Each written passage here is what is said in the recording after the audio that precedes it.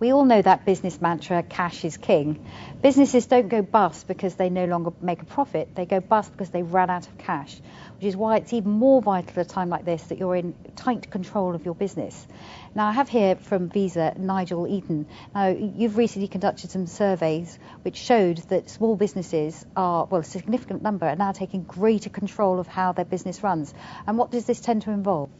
I think it's a question, Nikki, of not letting things happen to you, but making them happen yourself. That's the difference. And I think nowhere is this more important than controlling cash flow, whether it's either inbound payments or outbound payments. So what we found in the research is that companies, small businesses, are looking for ways of improving their inbound payments. So they might be looking, say, for advance payments to be made. They might be talking to their clients and customers about speeding up the payment, and also they're taking much careful control over actively chasing payments when they're not receiving them.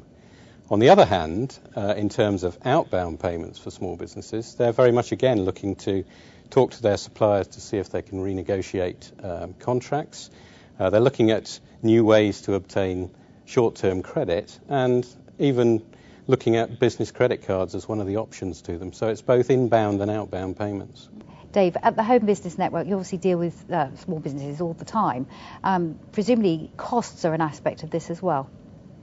Costs are a hugely important thing for home-based businesses and smaller businesses as a whole.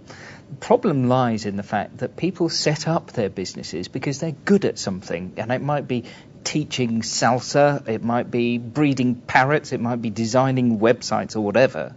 They don't set up businesses because they are good at managing cash. That is a skill that they have to learn, somewhat grudgingly, really, at times. But it's really hugely important, and what we've seen is that the smaller businesses that are succeeding are the ones that, by and large, follow a three-track path for their business, with perhaps just a third of their time being spent doing what it is that they do.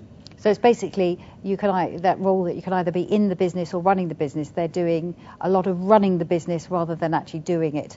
And that presumably needs delegation and accepting you're not good at everything. Absolutely. You can't be good at everything, but when you're a team of 4, 5, 6, 8 people, you are going to have to develop skills in areas where you're not totally comfortable, and that's where learning and exploring new ideas and learning from new people, learning from the real experts out there is hugely important.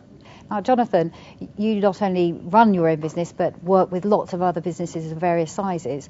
What does control mean to you? I mean, you've had a lot of experience, say, for example, in the last recession.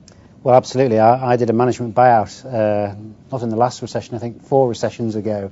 I think I did it 5 minutes before it started. So there I was with my house on the line and a £250,000 overdraft and a £250,000 loan. And all of a sudden the recession started, and it was a really scary time. And although we were very profitable, it was the bank breathing down my neck that taught me my best business lesson of all. So in previous recessions, well, in the last one about 5 years ago, there was a small one, and we actually lost money for 8 months on the bounce, although we didn't make anybody redundant because we did have a long-term plan and a goal, and most importantly, we had cash. So we knew that we were doing the right things, and because we had cash, we made the right decisions. So control is not just about controlling cash flow, it's getting a management handle on things like sales, focusing the direction of the business, and staff morale. Is that what you've found from the research? I think that's very much what the research showed. I think the thing about small business people and what came across in the research very strongly is how much they love the business they work in. It's that sheer enthusiasm. But I think now, of course, in these times, it's a case of being very practical, very pragmatic about what you do.